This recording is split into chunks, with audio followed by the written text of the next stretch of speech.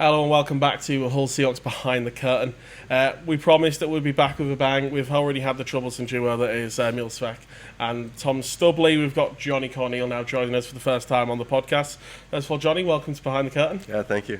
Glad to be on. So we've been hoping to get this together for a few weeks. Just circumstances meant that we've had to wait for this time this weekend. But busy time for the Seahawks. Want to just ask sort of first impressions on sort of how you settled in. It's been a few weeks now, of course, having 8 games under the belt. How have you found it in the NIHL? Yeah, I've been here just over a month now. Hard to believe. Hard to believe I've played 8 games as well, but I've gotten comfortable pretty quick. Certainly all settled in now. There's no problems with that either. I mean, the boys were all welcoming. The staff's been great. My roommates, the house, it's all good. We get along well, and they're really welcoming. Like I said, helped me get settled and just everything I need, and it's been easy because it's been fun and just been enjoying it. And obviously, talking about just being fun, of course, the move from Manchester this year, a lot of that was about getting more time on the ice, more important situations, enjoying being in those important situations and being back on in a top 6 and that sort of thing. Has it been what you expected in that regard? Yeah, totally. It sure has, and I think I still have some adjustments to make. I feel I have more to offer. It's just been a little different than I kind of thought. It's not necessarily easier said than done to just go down and, outplay how you have in the past. It's a different game. There's some things to think about, and more time with the puck comes with, using your brain and making sure you're making the right plays, and just learning how the game is a bit different at different speeds. But it's been enjoyable, getting those power play minutes and those top 6 minutes and just puck time in general. And a lot of guys on the team are good offensive players, and they can make plays, they want to make plays. So certainly with their help, I think we'll, as a team, start clicking, but individually myself start really putting up some points as well. I say, by no means, 12 points in 8 games so far is by no means, you're no light work, but I say it's good to see you're wanting to sort of push on and maybe knock that up. Just a few of the guys, that 2 point per game, and you already got your eyes on sort of delivering more for the side. Yeah. And of course, you've mentioned about having more time on the puck. The speed of the game, it is different to the Elite League. Thinking about time playing back in Canada, and then obviously put up some really good points in Norway by the looks of it, and then obviously Manchester, still 16 points in the Elite League, nothing to be scoffed at. The Elite League is not a high scoring league. It's built on some really good defense, and it's a really fast game. It's physical, and now moving back to coming to the NIHL, and as you say, having more time, having that sort of ability to maybe think through the play a little bit more, because you're not being swarmed immediately. Exactly. Is it different to how you've played before, or is it more sort of how you maybe played pre-Manchester and just wanting to get a feel for it again? Or Yeah, it is. Last year was just my second year pro.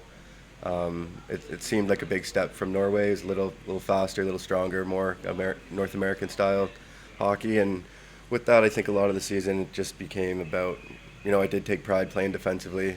It was a big part of my game, just being an all-around center. We had guys who could score. Obviously, I'd like to as well, but I just took a lot of pride in that defensive game. And, with that, it's just a lot of it was just about not making mistakes, so you wouldn't kind of put yourself in those positions where you might feel more comfortable to do here. You just not being afraid to make that mistake.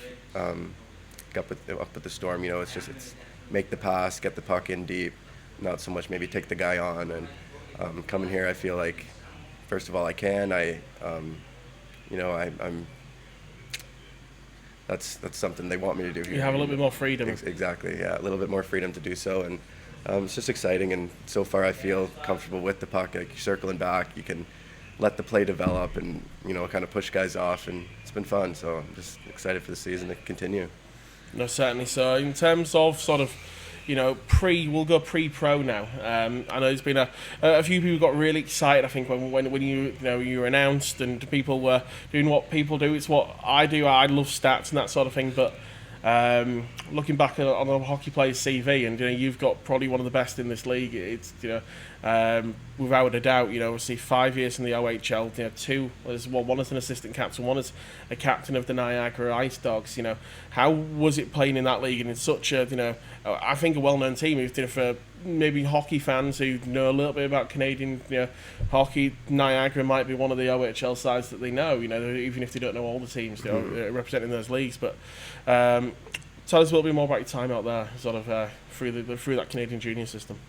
First of all, my time in Niagara was just incredible. The organization, the owners at the time, just great people. Pretty much family-run business. They were everyone involved, and just made all the players feel like home. Gave them everything they needed, and so it made things really easy going there. Obviously, I just turned 16, I think, the week prior, my first year going there. So that was a big jump. Not only just leaving home for the first time, but jumping into the best junior league in the world.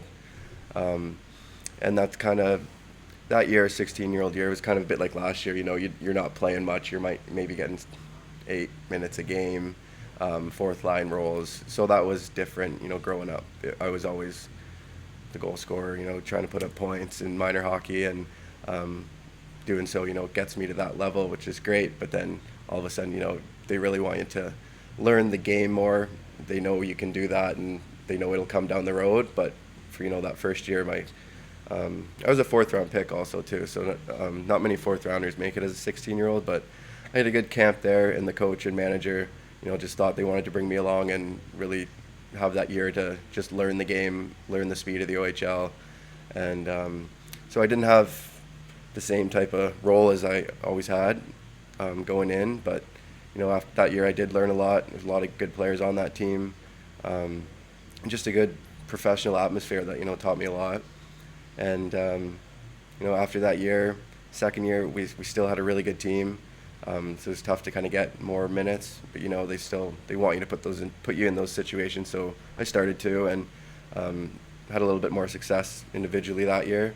And then all of a sudden you're going into your 18-year-old year, and you're a third year in the league, and you have responsibilities to become the guy that maybe has just moved out of the league now. And it's kind of no excuses. Are you good enough to be here now or not? Can you take the next step? And with that, I just had great teammates, great surroundings, a great billet family, and it's just the perfect setup to kind of take that next step. And my third year, I had a pretty good year. I think that's my first year, 20 goals, 20 assists, and just growing with that. The next year continued. I think I was 30 and 30, and it was a lot of fun being there. Huge credit to coaches, owners, but most of all teammates. It's a lot of fun every day, and certainly made each other better. And as you say, going from that, fourth round draft pick, picking up, third, fourth line minutes, learning the game, to, 5 years later, captaining the side, it's a bit of a nod to not only talent but character as well. I think it's what a lot of people will say. Yeah, totally. And I say, throughout the OHL, people know how competitive a league it is. You get guys, who end up taking the esports route and playing pro all across the world. You get guys who are drafted and head to the NHL. I always like to mention these ones to sort of when we find a fun link. But you and Owen Sobchak actually have a common teammate, don't you? Vince Dunn, obviously a Stanley Cup winner. Yeah. Throughout his time in St. Louis, now in Seattle, I believe. Vince. Yeah. When you get to play with those guys, you can see obviously their talent, and just when how far they go as well. It's that OHL. It is, as you say, the most competitive junior league in the world. Mm-hmm. Yeah, it was obviously great. A lot of fun playing with those guys and watching them get better too. Me and Vince went there. It was both of our first years. We lived together for 3 years, so we kind of went through it all. I saw him go through his draft year. I saw him get drafted. It was really cool with those guys, seeing them come back in the summer after their NHL draft, and now after being to a couple NHL camps and spending some time with their NHL teams, how much different their approach had changed, and just that next step to be doing the things every day that it takes to become an NHL player. And you just learn a lot from that. And then obviously, fifth year for me, lucky enough to be the captain there, but I just went through it all, and they knew I could show the young guys coming in what their duties are, how to handle themselves, how to be an OHL player, and be the best they can. And just lucky to do that and enjoyed doing it. We had great young guys on the team. And then moving from Niagara to U Sports, obviously it's the Canadian University League for the East Coast, isn't it? The sort of Ontario and sort of that sort of region. But we're seeing more and more players from U Sports make that change, to come pro in Europe now, and it seems to be a pathway that's becoming more and more common. Sort of, how was your time sort of out there as well? As I believe when you were at Arcadia, you played with another guy who's just signed in this league for Telford, Eric Henderson as well. So I think you played just 1 year together in Arcadia, or a couple? Was that? Couple years, yeah. COVID obviously interrupted a bit. We weren't playing for a season, but we were still together all the time. We were practicing at the rink and everything. Couple years, yeah. Eric's a great player. I think he'll do well here. It's obviously been a few years since I've seen him play or played with him now, but I know he's coming from Poland. But he's looking forward to coming here, and I know he's taking it serious. He wants to do well, so I'm excited to see him play. Has he asked you for any sort of tips on the league yet, or? No, not much. We just talked about maybe getting together sometime, going for a golf, but no, we'll have to. I'm looking forward to playing them. I say, and maybe after the game, just a week ago, obviously Eric wasn't on the side then, but we might owe Telford one next time we see them as well. Yeah. I say, obviously looking back on that game, obviously you weren't taking part in the game, of course. Just kept out the side. Obviously, I think Dops were reviewing from Saturday night. But your take on the game? Were you at the game? No, I wasn't at the game. I was just following it online. So I wasn't able to get the stream, but I was just following the updates, and I think just that first period, couple goals, really, it's a tough way to start a game. So it looked like, from what the boys said, really pushed back in the second, give himself a chance, but that 3-0 climb out of the hole is just long way back. It's a long way back. Obviously, we can't see too much. Obviously, Dops have given their ruling, and obviously we'll see you back on the ice next Tuesday against the Steel Dogs. Obviously, we're not sure when this will exactly be released, so we might already be back on the ice by then. But frustrating just having to take sort of a week or so out just off the ice. Yeah, very frustrating. First, it is what it is. I didn't make the ruling. I didn't review the hit, but you can see there's a bit of an arm that comes up that catches a piece of him. But, at the time on the ice, I thought I just grazed him. I looked back and saw him down, and I was pretty shocked. I kind of had my head down on the wall getting the puck out, and I saw a guy coming down. It was a brace for myself, thinking he was running through me, and he didn't. He kind of stepped aside, which made me just clip him, and it is what it is. But I thought the ruling was a bit harsh at 3 games, but it is what it is, and a little upsetting. You don't want to. You're here to play, right? Not just to practice and watch the team. But again, it is what it is, and I'm gonna take the week here. I've had a few days off. I practice for a few days, and good thing is games on Tuesday. I'm back. I don't have to wait another week. So it's just a few days, and the boys will find a way to push through this weekend, and I'll be here to help Tuesday.